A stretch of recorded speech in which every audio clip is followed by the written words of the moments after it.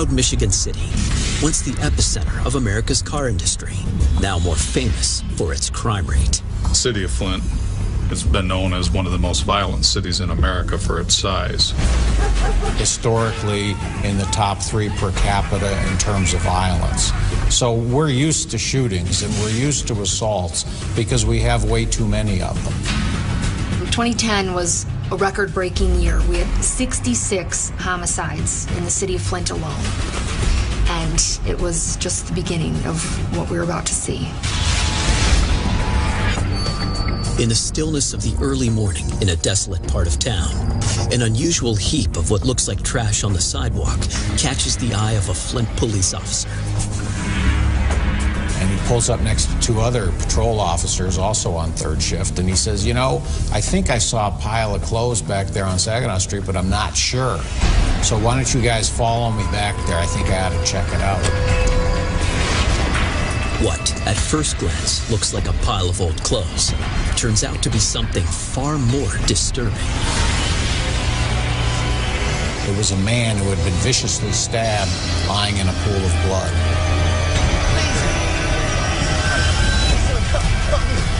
The victim is barely breathing and losing blood quickly. Just as he's about to lose consciousness, he mutters a few crucial words. Help's on her way. Authorities quickly determined that this attack was not likely a mugging when they discovered the victim's wallet and cash untouched in his pants pocket. It was later determined that the person who was lying in the road who had been stabbed was Arnold Miner. He was then put in the ambulance. An officer went with him. He died in the ambulance. Investigators immediately canvassed the area around the crime scene for suspects and witnesses. Where this happened was what would during the day be a busy stretch of street, but no one would have been there. I mean, unless someone was walking by themselves at 2:30 in the morning. Your son has been murdered. Later that morning, police deliver the tragic news to Miner's sister and mother. They share a photo of him in happier days. He's in this white shirt and this tie, and it looks like he's got some sort of ID badge on and just smiling with these glasses, and he's sort of just this thin, kind of frail, short guy with this great smile. And you could tell by talking with his family that they just really loved him. Police are baffled. Their investigation reveals Arnold to be an upstanding citizen with no enemies. What was it about Arnold Miner that made him a target? He was a pretty nondescript guy, but a gentle soul. Certainly didn't deserve what happened to him. 5'6", 5'7", something like that, thin, frail. If you were looking for someone who you wouldn't want to fight back or wouldn't expect to fight back, this was it. This would be their ideal victim. At that point, we didn't have a lot to go on. Somebody had been stabbed.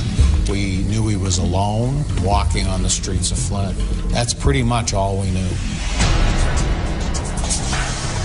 Then a hot lead turns up right across the street from where Miner was stabbed to death. We were able to get video footage from a party store that was located maybe 100 yards south of the scene of the Arnold Miner stabbing. It looked like an SUV driving by one way, and I believe it came back the other way.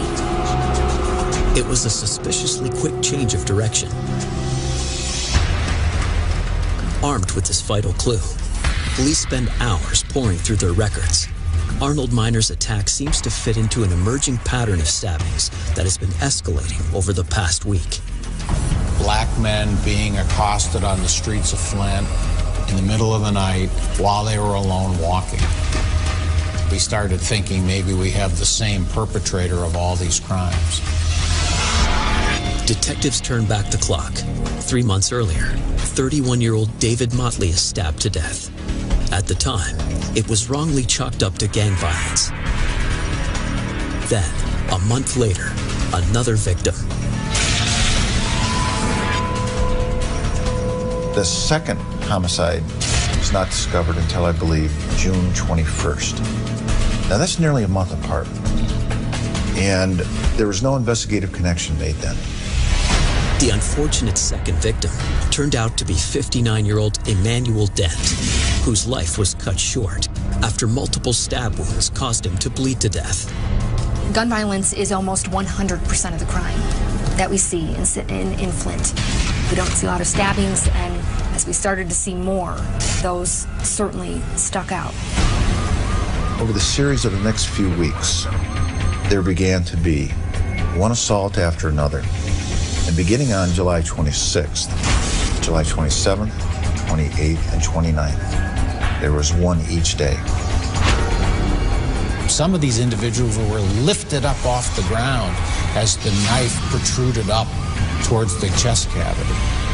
Whoever was doing it had to be pretty strong, because in order to stick that knife in and then yank it up and really cut out the guts of the individual, it's not that easy to do that. There's a lot of torque involved.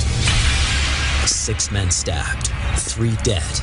Police now believe an elusive monster is on the loose, attacking victims at random without leaving a trace of evidence. Then, on July 30th, officers find 60-year-old Frank Killebreau's body lying in a parking lot. The stab wounds on his body, just one part of a now familiar M.O. He wasn't even robbed. He had 2 wallets on him. So it's another very violent attack on somebody who wasn't robbed, walking down the street alone at night. That was that watershed moment where the investigators at the crime scene, they were looking at this and they're going, hey, wait a minute. We'd had a bunch of these things. And that's when the investigative connection was made. By the time Arnold Miner was stabbed to death on August 2nd, there had been a stabbing in Flint every night for the previous week. These were savage attacks. There's just no way else to describe it. These were savage, brutal, violent attacks. This guy's not stopping. This guy, he's on a rampage. As the number of attacks rises to 12, panic sweeps across the city. What we saw in the next week was something I haven't seen since. People genuinely concerned, and you're talking about a city that's used to crime, that's used to being on edge. People were afraid of becoming the next victim. So the best way to avoid that was don't go out at night. The community was up in arms. They wanted action, and the police agencies and the law enforcement folks wanted to make something happen. The problem that we were having is that the police agencies weren't really communicating with one another, because we were having a series of these stabbings, but they all weren't occurring in the same jurisdiction. The nature and the magnitude of this investigation was going to be beyond the scope of the Flint Police Department to investigate all these homicides right now. And that's when the request was made. McGreevy and his team call in reinforcements to form the Serial Stabber Task Force. We had police officers from 7 different jurisdictions, and we all wanted to capture this individual. But even with so many new players in the investigation, the task force doesn't make much headway. People were just kind of grasping at straws, if you will, because nobody really had any suspects. Right now, all police know is that their perp is white, strong, drives an SUV, and prefers a knife. He seems to attack black men at night, and he is terrifyingly prolific. We couldn't have any more homicides. It just wasn't in the equation. Absolutely not. But to do that, police need a solid lead, and they need it fast before the serial slasher strikes again. This guy's not stopping. We have a madman on the loose.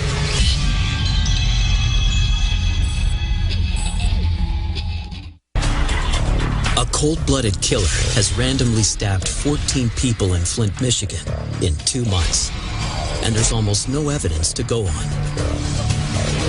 Then, the cops catch a huge break when one of the slasher's most recent victims is able to speak to them from his hospital bed.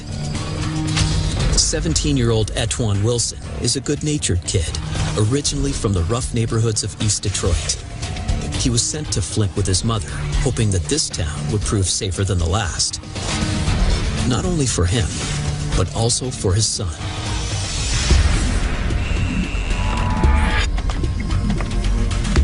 On the evening of August 1st, 2010, Etwan is walking home alone after a party, just a few blocks from his house, when he notices a man standing next to an SUV.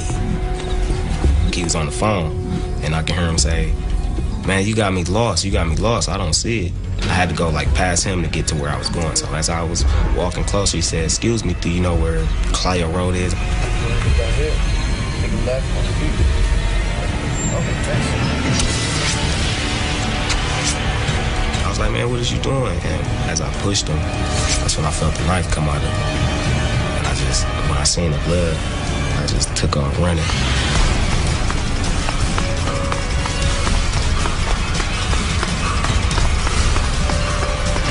I turned around and I looked back. And he was just standing there, staring at me. And I was like, "Man, this dude crazy." Fighting through the pain, Etwan stumbles to the first house he sees with a light on.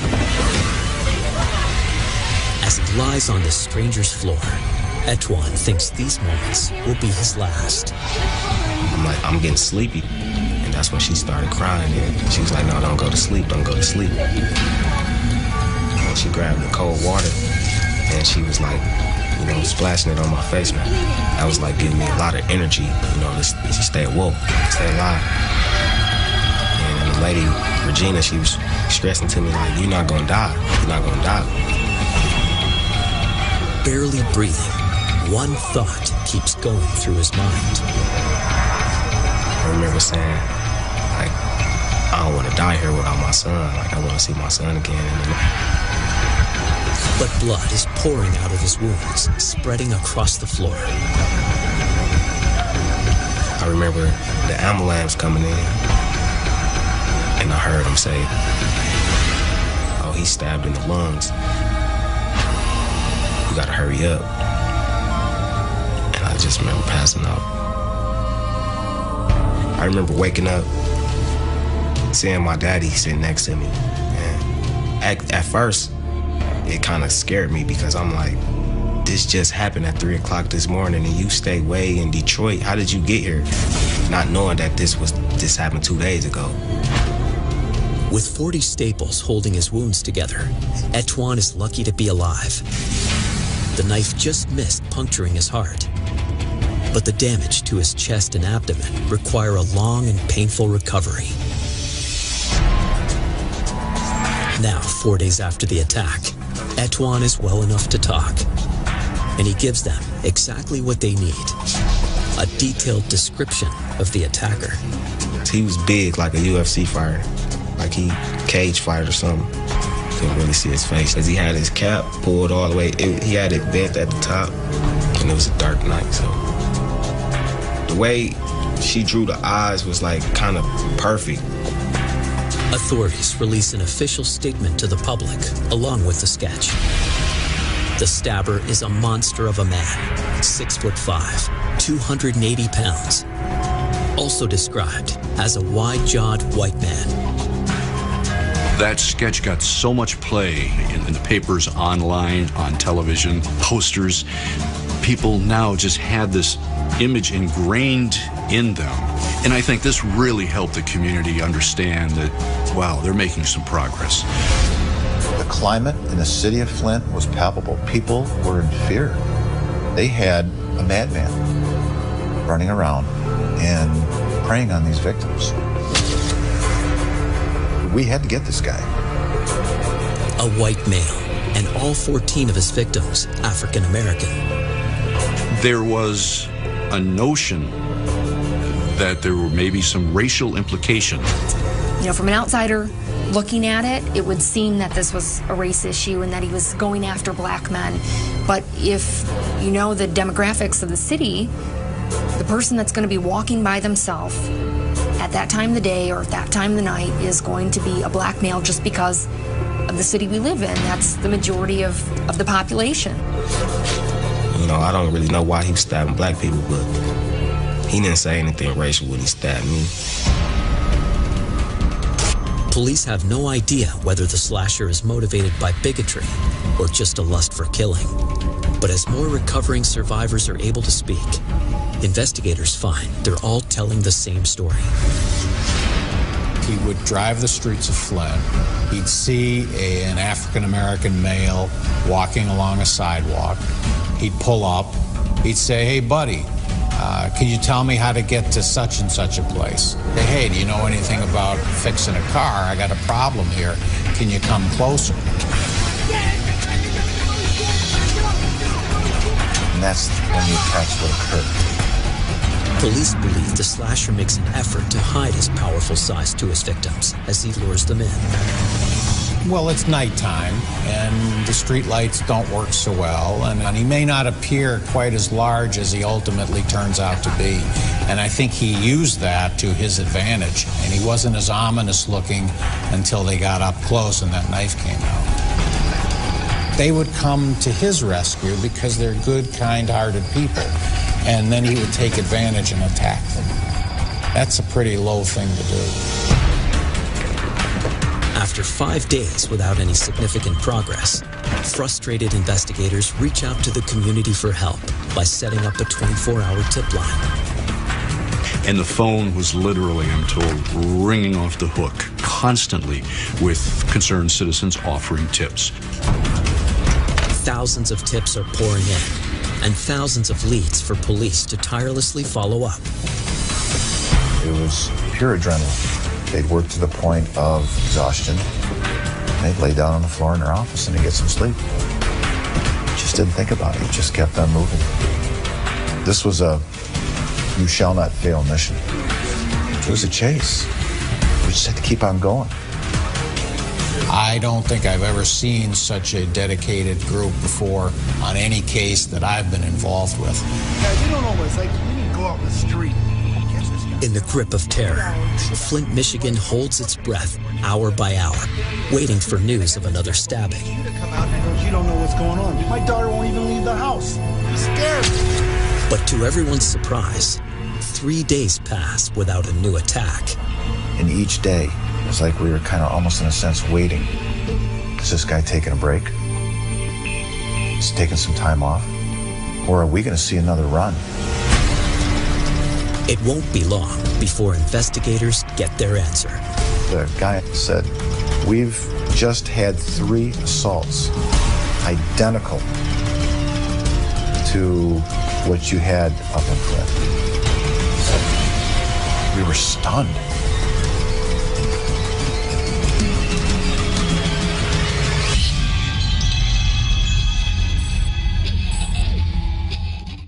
Authorities in Michigan have finally secured a solid description of the man they're calling the Flint serial slasher. But they have no DNA or other forensic evidence to link these unrelated attacks. And now, their target seems to have vanished. Is his killing spree over, or has he simply gone somewhere else in search of prey?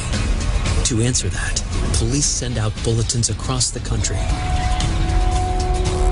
And here you go. Here's what we have. If any of you have anything similar to what we have here in Flint, give us a call. We'd love to hear from you. 3 days later, and 600 miles away, the Slasher Task Force is contacted by the tiny police department of Leesburg, Virginia, about a recent attack. The victim was walking across a parking lot when a vehicle pulled up to him and asked if he could assist him with some problems with his car. He sensed movement in his peripheral vision and saw the suspect swinging a hammer at him. And so he was able to partially deflect, pull away, so there was not a full contact. The suspect then continued toward him, and the victim was able to run away from him. It's the third hammer attack Leesburg police have seen in 4 days. Unusual for a town of 42,000 and almost no violent crime. Thankfully, none of the victims were killed. This number of violent attacks in this time period are just unheard of in our community. The third one just added more confirmation to our suspicions that we did have a serial attacker. For this third assault, the attacker had picked the worst possible location, and investigators pick up a vital clue. The shopping area where it occurred had recently installed a new video surveillance system, and so we were able to get a picture of the actual vehicle. The vehicle is identified as an older model Trailblazer SUV. It looked to be dark green on the top with a lighter color on the bottom panels of the vehicle. Authorities assume the car is from another state and scour motel parking lots looking for a green and tan SUV with out-of-state plates. But they come up empty-handed.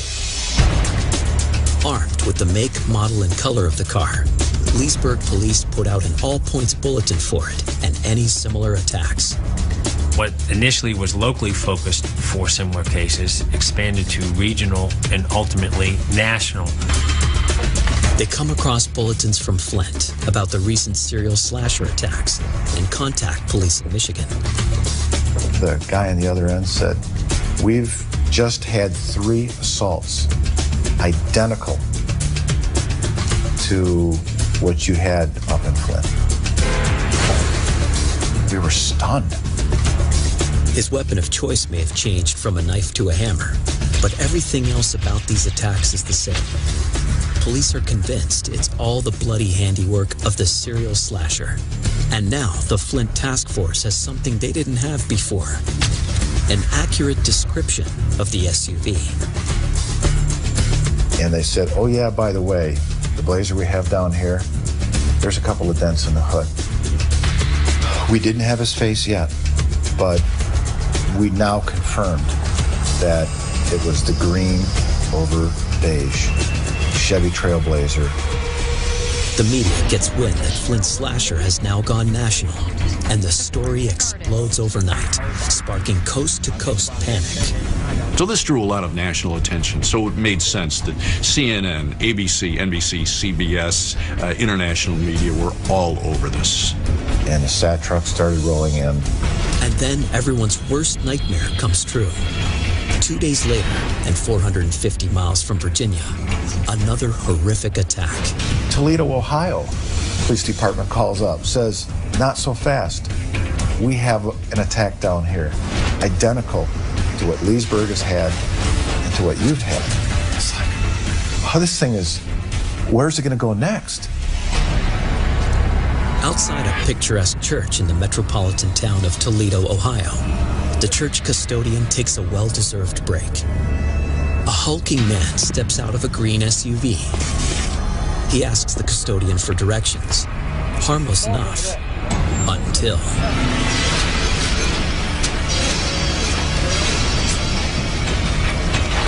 when Toledo called. And it was like, you've got to be kidding me. The green over gold Blazer had been involved. African-American men had been stabbed, very violent stabbing. We thought that we had something very similar going on. With the Flint serial slasher's crimes confirmed to be crossing state lines, the FBI jumps in to join a team that's working 24/7. We have a madman on the loose. We have to stop this guy. Where's this guy going to go next? What are we going to have to do to stop him? Police still haven't ID'd the suspect, but they'll soon get some help from another one of his victims. 26-year-old Flint resident Antoine Marshall, who was stabbed 14 days earlier, has been in a hospital ICU fighting for his life. Due to the nature of his injuries, they bundled him up and got him to the hospital, but he went right into surgery, so they didn't get a chance to interview him. But now, Antoine has recovered enough to give police a description of his attacker that will add 2 vital pieces of information to the puzzle. As he described the T-shirt that his assailant was wearing, and it was a specific brand of gin. He also clarifies the slasher's race. He's, I think, the first person who came out and said definitively, said, this guy isn't all white. He's mixed with something. He's got like olive skin. He's not all white. That was a fairly significant statement that he made. These two details will blow the case wide open. A new bulletin is sent across the country, refining the description of the slasher, in hopes this info would trigger someone's memory. And it pays off big time. Oh, baby. Tip 314. There's an unidentified female, and it's stated to the effect, I know a guy who works at a Kingswater Market up in Mount Morris, and oh, by the way, he went to Virginia last week to visit a relative.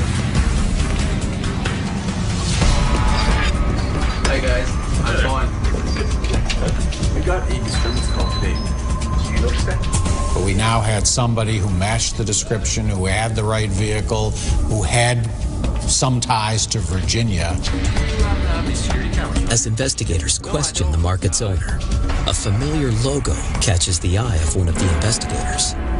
The T-shirt logo that was described in the attack by Antoine Wilson. And they were able to determine and confirm that the shirt the assailant was wearing was the same identical type of shirt that the store would have had. The pieces are all finally falling into place as police zero in on the serial slasher. But will they find him before he disappears for good?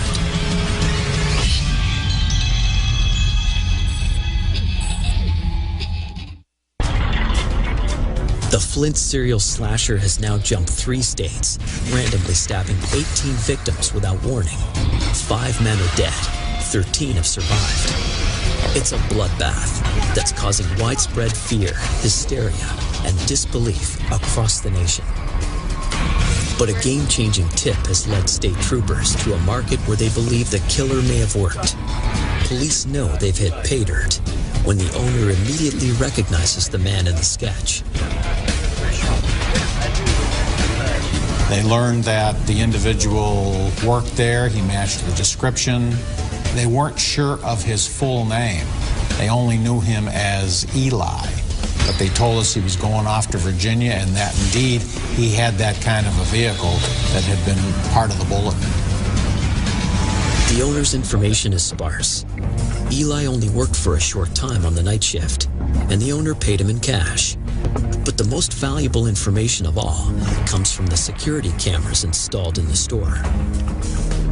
The store owner pointed out the employee who they were asking about, who had left to go to Virginia, and the store owner also on the archive video pointed out that person's vehicle, which was parked in the parking lot. There you go. Appreciate it. Thanks for your help. Investigators are closer than they've ever been to learning the identity of the serial slasher. But they need a last name. The owner claims to know nothing else about Eli, except that he's a good worker, speaks with an accent, and mostly keeps to himself. But in questioning other employees, the cops get one last clue from Eli's coworker. Getting his cell phone number was a critical piece of investigative evidence. One tip in 1,000 has delivered a gold mine. Back at task force headquarters, state troopers share their exciting news with the team.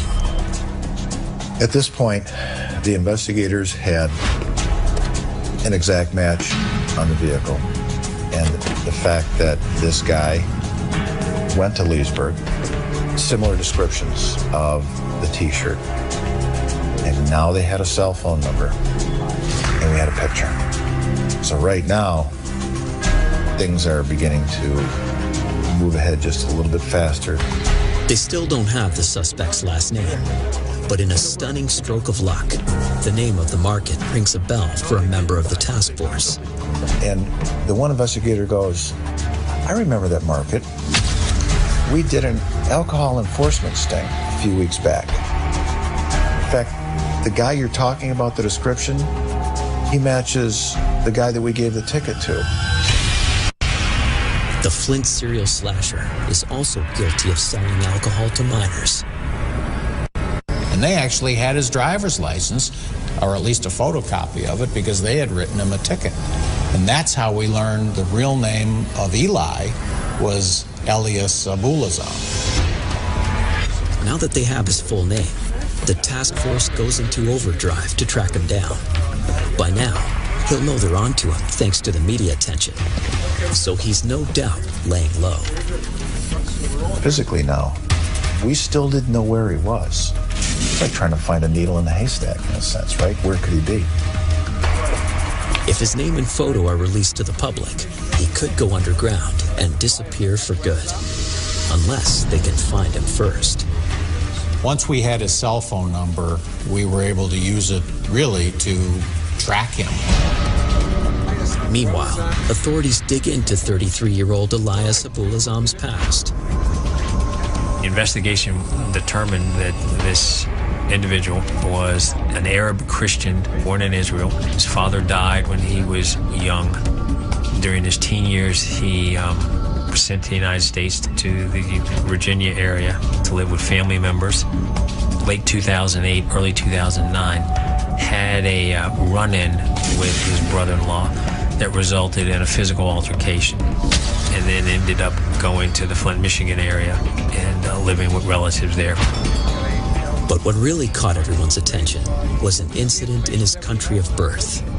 We learned that, in fact, in Israel, he had been involved in a stabbing. No charges were filed, but many who knew him could sense a deep-seated rage.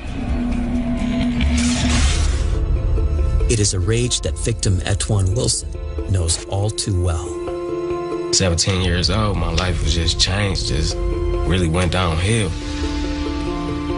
And it wasn't nobody's fault but his, you know. It wasn't nothing that I, you know, something that I did that I made happen. It's something that happened, you know, that couldn't have been avoided.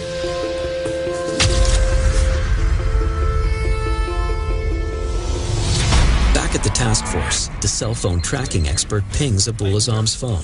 When the computer reveals where that phone is, all systems go into immediate red alert.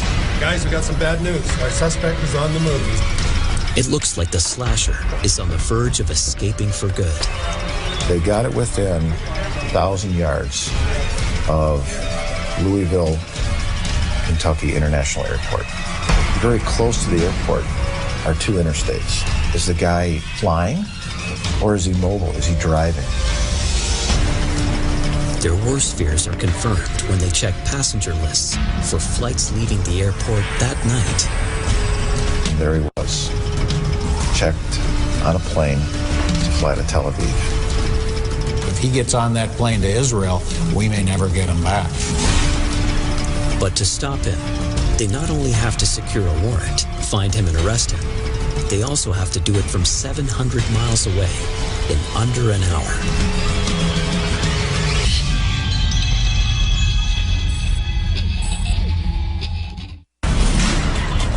The task force team has located the Flint serial slasher Elias Abuelazam, trying to flee the country. He's already boarded a flight in Louisville, Kentucky, bound for Israel. But fortunately, it has a stopover in Atlanta, where he must change planes. This layover in Atlanta will be the task force's only chance to grab him. It's currently 9 p.m. in Flint. His flight to Israel will leave Atlanta at 10:15. If he's on the plane when it takes off, he could evade capture forever. Getting a person extradited from a foreign country is a very, very difficult thing to do. He couldn't get on the plane. Absolutely not. He could not leave the country. We had to stop that. With a little over an hour left, it's a race against time to catch this monster before he slips out of their grasp.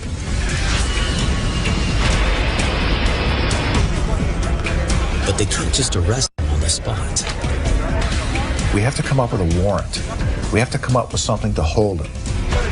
So there was a lot of pressure to get all of this together as quickly as possible. One of the hurdles was this was several states away for us, and we also knew that the Atlanta Hartsfield Airport was a huge international airport. We had to make contacts with the authorities down there and stress to them the urgency, the time constraints we had. But finding a judge to sign an arrest warrant at 9 o'clock at night is an arduous task. That involved getting him identified through the photo lineup, having a prosecuting attorney prepare that arrest warrant, having that arrest warrant signed by a judge to make it a valid arrest warrant, and then providing all of that information to the authorities in Atlanta. Navigating the legal loopholes in such a short time is difficult enough, but the team must also devise a way to apprehend Abuelazam without putting civilians around him at risk. My number one concern was that if he gets on that plane, we have a hostage situation. He's going to know something's up, and he's going to put a knife or something to somebody's neck. Plus the fact that he's a huge guy. I mean, even without a weapon, he's dangerous. With just 45 minutes before the flight is scheduled to depart, there's still no sign of an arrest warrant, and more importantly, no sign of the man in question. We still hadn't physically spotted him yet. Waiting for the official go-ahead, a SWAT team in Atlanta moves into position. With precious minutes ticking away, the warrant finally comes through. I think we got him. And not a moment too soon, as Atlanta Airport Police spot Abuelazam amongst a sea of passengers, unaware of the danger they're now in. Back in Michigan, the task force can barely breathe as they wait for the news from Atlanta. We are aware he's at the gate, ready to board the plane to Tel Aviv. We are aware that they're not going to let him get on, but we can't see any of this. We're just sort of hearing it from the other end of the telephone. We were closing it this close. But it all had to happen absolutely perfect, so nobody else got hurt. With just moments left before boarding, undercover squad team cops prepared to make their move, their eyes trained on the target. He's looking like he's going to get on that plane and things are going to be good, and he's going to leave all these stabbings behind him, and he's going to go back to his homeland. Authorities on the ground come up with a last-minute idea to minimize the danger of those around Abuelazam.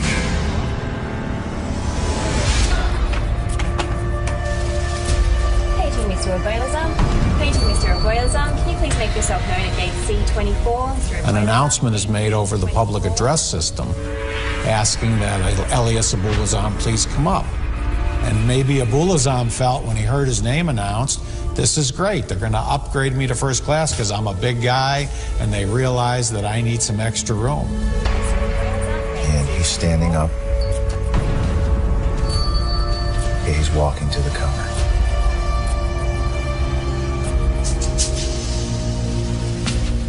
Then there was silence. It seemed like an eternity. And we're waiting, we're holding our breath, we're looking at the phone, and we hear, he's safely in custody. Oh my God. Elias Abuelazam, you're under arrest for murder. We got him, man. We got him. We got him. It's exactly what I felt. This is exactly what I did. We got him. Oh. When we finally get word that Abuelazam is in custody, a cheer goes up at State Police Headquarters from the task force. Everybody's high-fiving everybody else. There was no violence whatsoever. There was no attempt to not cooperate. Abuelazam went very quietly in the end. The relief is overwhelming, but the work for the investigators is far from over. To ensure his conviction, prosecutors need ironclad evidence. Search warrants are executed on his truck and residence. The most damning evidence almost left the country with him. His luggage didn't show up in Atlanta, and in fact had been left behind by the airlines in Louisville, Kentucky. We were able to find a pair of blue jeans and the blue jeans had some blood. It was the blood of Arnold Miner. Arnold Miner, the unfortunate stabbing victim in Flint, Michigan on August 2nd, becomes the key case in prosecuting Elias Abuelazam. In the summer of 2012, Elias Abuelazam is charged with the murder of Arnold Miner. Evidence from his other alleged attacks is used to support the prosecution's case. We were able to show the jury a lot of the other stabbings and present some of the surviving victims. And those surviving victims actually identified Elias Abuelazam as their attacker. When I looked at him, it was kind of like, I know you wish you would have killed me now. You see you messed up. There ain't no getting out of this one. The Flint serial slasher refused to confess to his crimes. His motives for attacking these victims remain a mystery. On June 25, 2012, Elias Abuelazam is found guilty on all counts and sentenced to life in prison. When the verdict came back on him of being guilty of first-degree premeditated murder, that means in Michigan that he will spend the rest of his life in prison. That's the strongest sentence that we have here in the state of Michigan. We don't have the death penalty. Never, ever, ever again will this person inflict the type of pain and suffering on not only families, but communities as well. He's never gonna see the outside again. He's done. The slasher's reign of terror is over, but the pain lingers for his victims and their families. In his difficult journey of recovery, Etwan Wilson has been inspired by the same person who gave him a reason to live on that terrible night, his son. So it's beautiful being able to, you know, teach him things I want to teach him and just watch him grow and have fun, see him smile, play around. That's a good feeling. I'm gonna still be who I am, regardless. He might have took, you know, my body, but he didn't take my spirit, my soul.